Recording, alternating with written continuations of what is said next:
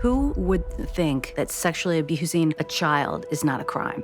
Apparently, a lot of people would think that. One town sheds light on a chronic problem. I'm pretty sure I wasn't the only one that they failed to protect. I felt like my innocence was gone. My childhood was gone. I can't unfeel that pain either. What was it inside you that felt safe doing this here, that felt like you had permission to hurt these children? Teachers sexually abusing their students in public schools nationwide. They cover up for each other. Wall of silence. Protect the school district. Hi there. I'm Meg Oliver with CBS News. We're trying to reach the superintendent. A CBS Reports investigation finds a broken system that enables abusers. It's a silent crisis placing millions of children at risk. Where's our outrage been? This is a phenomenon of child abuse that we allow to happen under our noses.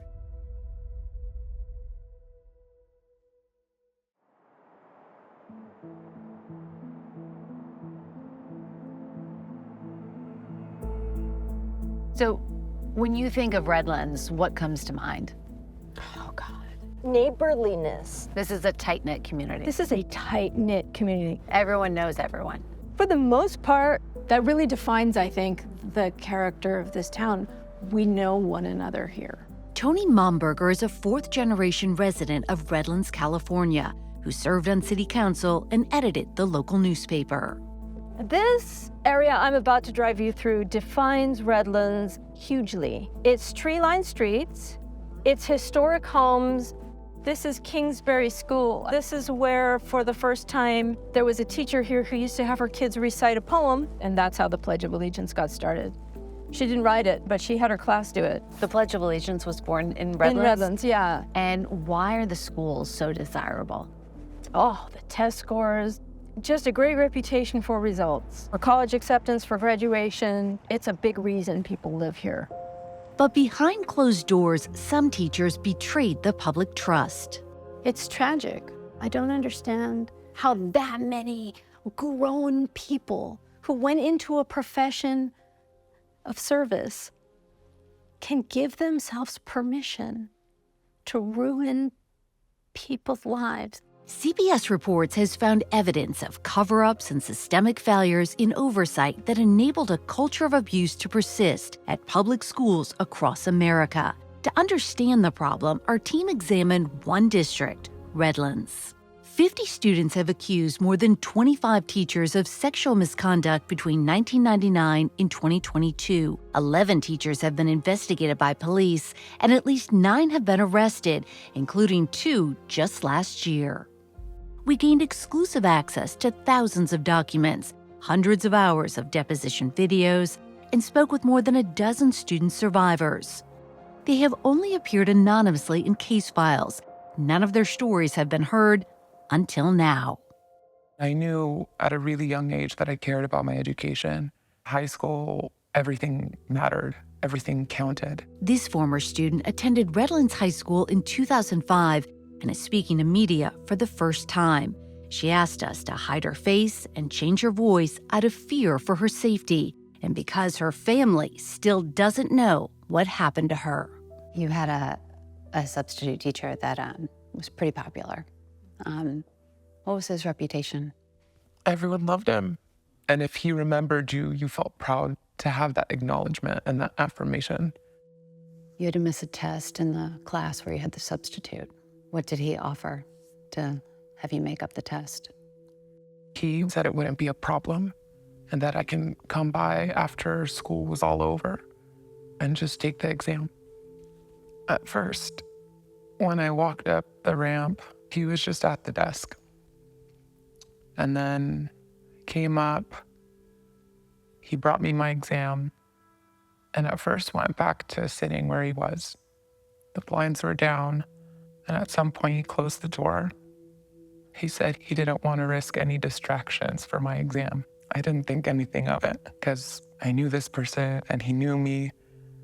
But the next thing I knew, he was right next to me. That's when I realized what was going to happen. And when I realized there was nothing that I could do, that even if I wanted to scream at the top of my lungs, no one would hear me. because no one was there. I was only in the room to take a test. At some point, he was choking me. This man could have killed me, could have snapped my neck in 2 seconds. What did he do to you? He raped me. Felt my body ripping apart. Just shards of glass. I remember feeling so numb and so in pain, but I was still thinking about my test. I never finished, so I had to go back. The next day, she returned to finish the test. She says her teacher raped her a second time. She was 14 years old. After he finished, he started comparing me to his wife. He told me that if I ever said anything to anyone ever, he would kill me and he would kill my family. So I did it. It wasn't until 2013 that she reported the rapes to police. The teacher was never arrested. Only 6% of students report sexual abuse by a school teacher or staff member. The other 94% stay silent. An estimated 12% of all public school students experience sexual misconduct by the time they graduate high school. That's more than 5 million American children. But experts believe the actual number is much higher. This abuse is happening in just about any kind of district you can think of. Rural districts, urban, suburban, high income, low income, middle income. First, the teacher grooms the students and grooms the environment. And so the grooming process means get people to trust you and trust that what you say about yourself, i.e., I'm a good person, is accurate. And so people then don't suspect. How old were you when you met the English teacher, Laura Whitehurst? I want to say 14 or 15. It was my freshman year, the year of 2007. She invited you to her apartment? Yeah, she did. And then what happened? She made an advance on me. I just remember it led from the kissing to her being naked. And I remember her starting to undress me. And at that point, I said, I don't know if I want to do this. Mm-hmm. And she said something along the lines of, just sit back, try to enjoy it. We got sex in a few locations. The first one was her apartment. From there, it advanced to her classroom. I do remember her telling me, do not tell no one about tonight, please. So that's what I did. I think that's when it first started to be instilled in me to kind of help cover up for her. Did the administration ever question Miss Whitehurst?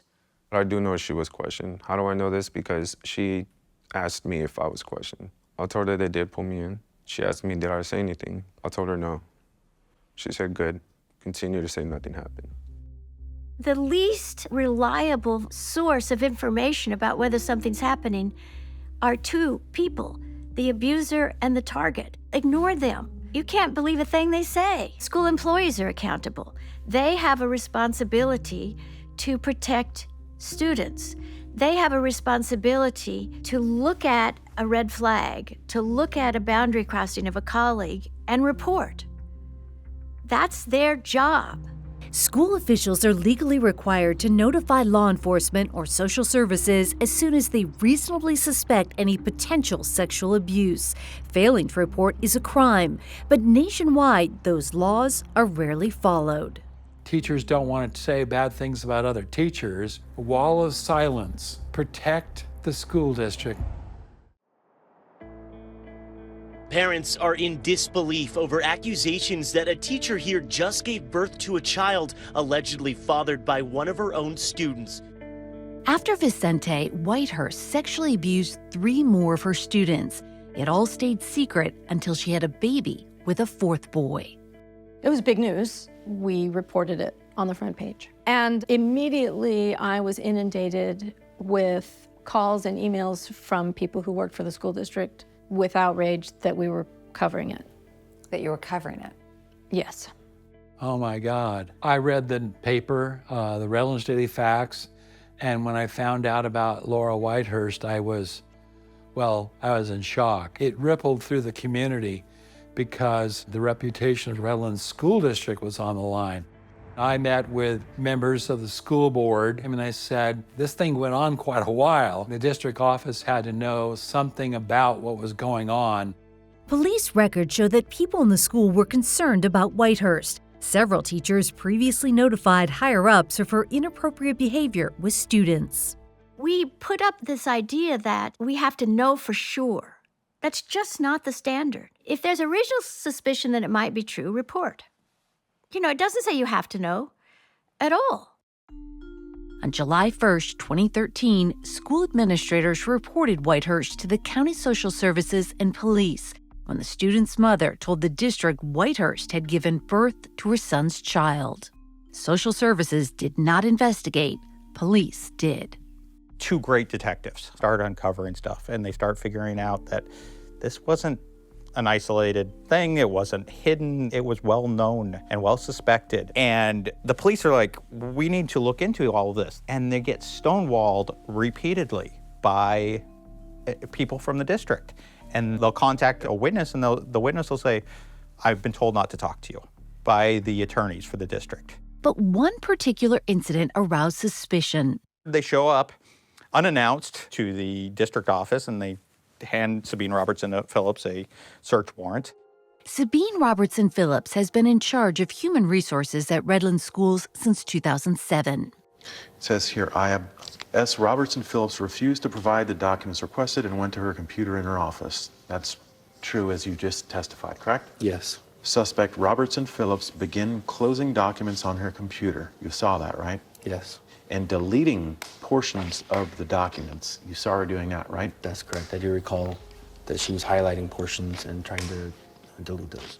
He finds Sabine Robertson Phillips at her desk, and it looks like she's been deleting things. And so he pushes the recover button, and it's information related to Whitehurst, according to his own testimony. All right, so the officers say that you were deleting things from your computer. Do you dispute that? Absolutely. So it's not true that you didn't have the original handwritten notes any longer, right? They weren't destroyed. I never deleted anything. No charges were recommended or brought against Dr. Robertson Phillips with her handling of documents. But Redlands police did recommend charges against the school district for failing to report reasonable suspicion of sexual misconduct.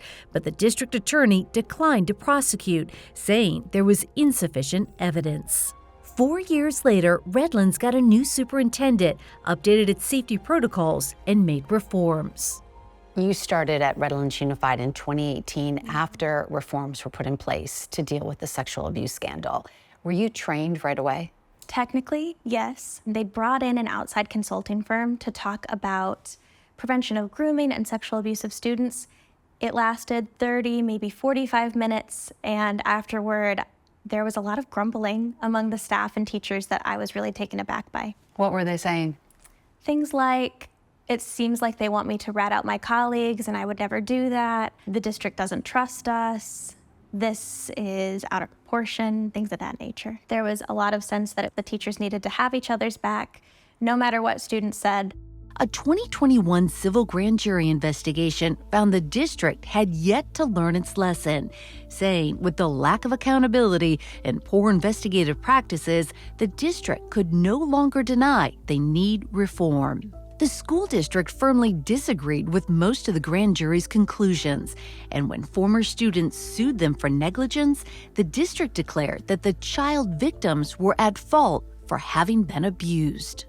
They filed papers saying the victims consented or assumed the risk of sexual abuse by going to school. They argued that. They're telling 13 and 14-year-old kids they're contributory negligent.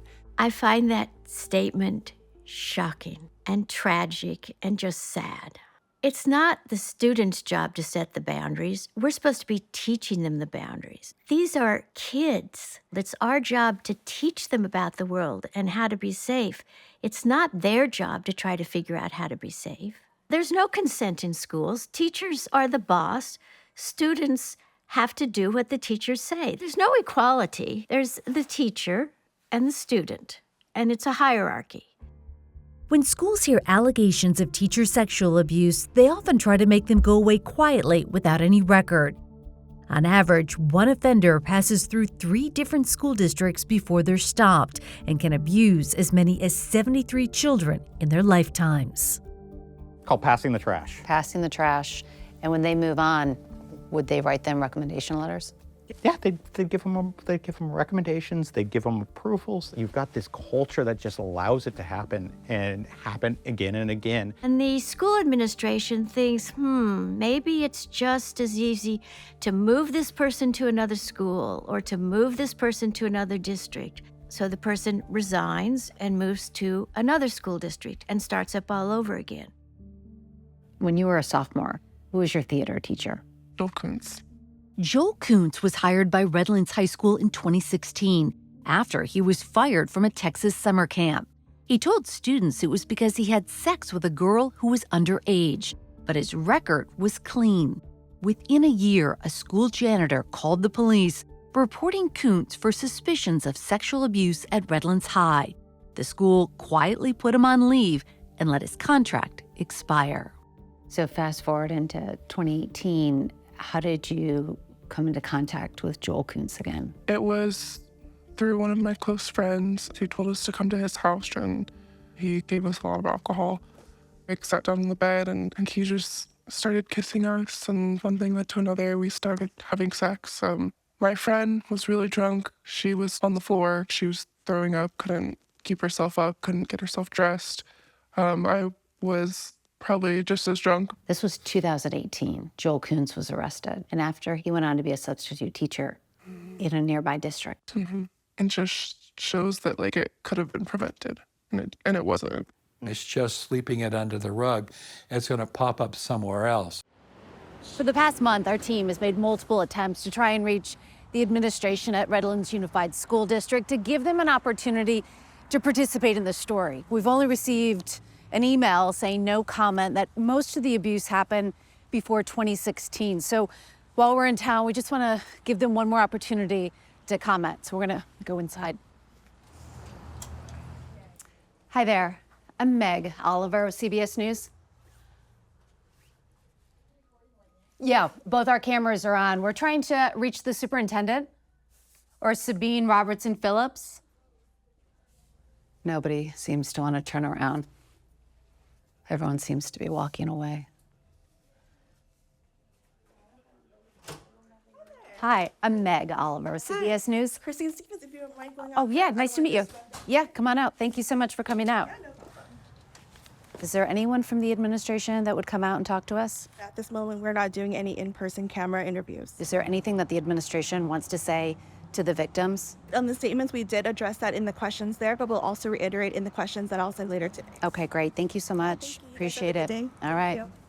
After we left Redlands, the school district sent us a statement that reads in part that the administration has taken swift and appropriate actions when there's been a violation of law or board policy. We continue to focus on establishing and maintaining proper boundaries between adults and students by reviewing and implementing our mandated systems, procedures, and policies. Redlands schools appear to be among the worst, but they are not alone. In California, hundreds of teachers were caught sexually abusing their students in recent years, according to data obtained through a Public Records Act request. But most teachers who admit to sexually abusing students never face any consequences. What message are we sending to our children by letting teachers abuse them and get away with it? I think we're saying that nobody's looking out for me at school. Nobody's going to protect me. There's nobody there for me. And we're also teaching kids that, well, if I grow up, this is something I could do. Our team reached out to every government agency we could find that had the potential oversight related to teacher sexual abuse at the city, county, and state levels. We also reached out to the district attorney's office, the Departments of Education and Justice, and the California Attorney General's office. Turns out no one has been tracking this. And when it comes to accountability, they all seem to point the finger at a different agency. So we came here to Washington, D.C. to see what the federal government is doing. I'm the chief civil rights enforcer in the nation's schools. The school district has an obligation to make sure that there is no child who is subject to sex discrimination. The buck stops there for them. It is my job to make sure that if they fail, that they come into corrective action or they lose their federal funds. The Federal Department of Education is currently investigating 145 public school districts across the country for allegations of sexual violence, including Redlands Unified. This is a phenomenon of child abuse that we allow to happen under our noses. How is that possible? We have insufficient collective will as a country to stop it, something that we've known conclusively for decades. Students are required to go every single day. Yes, it is. You're not sure if it's going to be safe.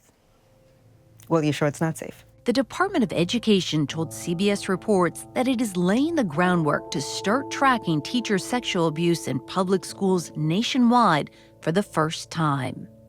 Are you confident change is coming? I'm confident change is coming, and I will always want more. This is something that I've been living with for almost 2 decades. The wounds don't heal by being passive and letting time go on. The wounds heal by taking action. I definitely don't want to live the rest of my life worrying about a teacher and my children, or even any children at that. No children should have to experience that at all. We have a lot of reason to be ashamed. I want to sit down so badly with the people who have been convicted and say, why? And I want to talk to the teachers who suspected or knew. That might not have said anything. And say, what?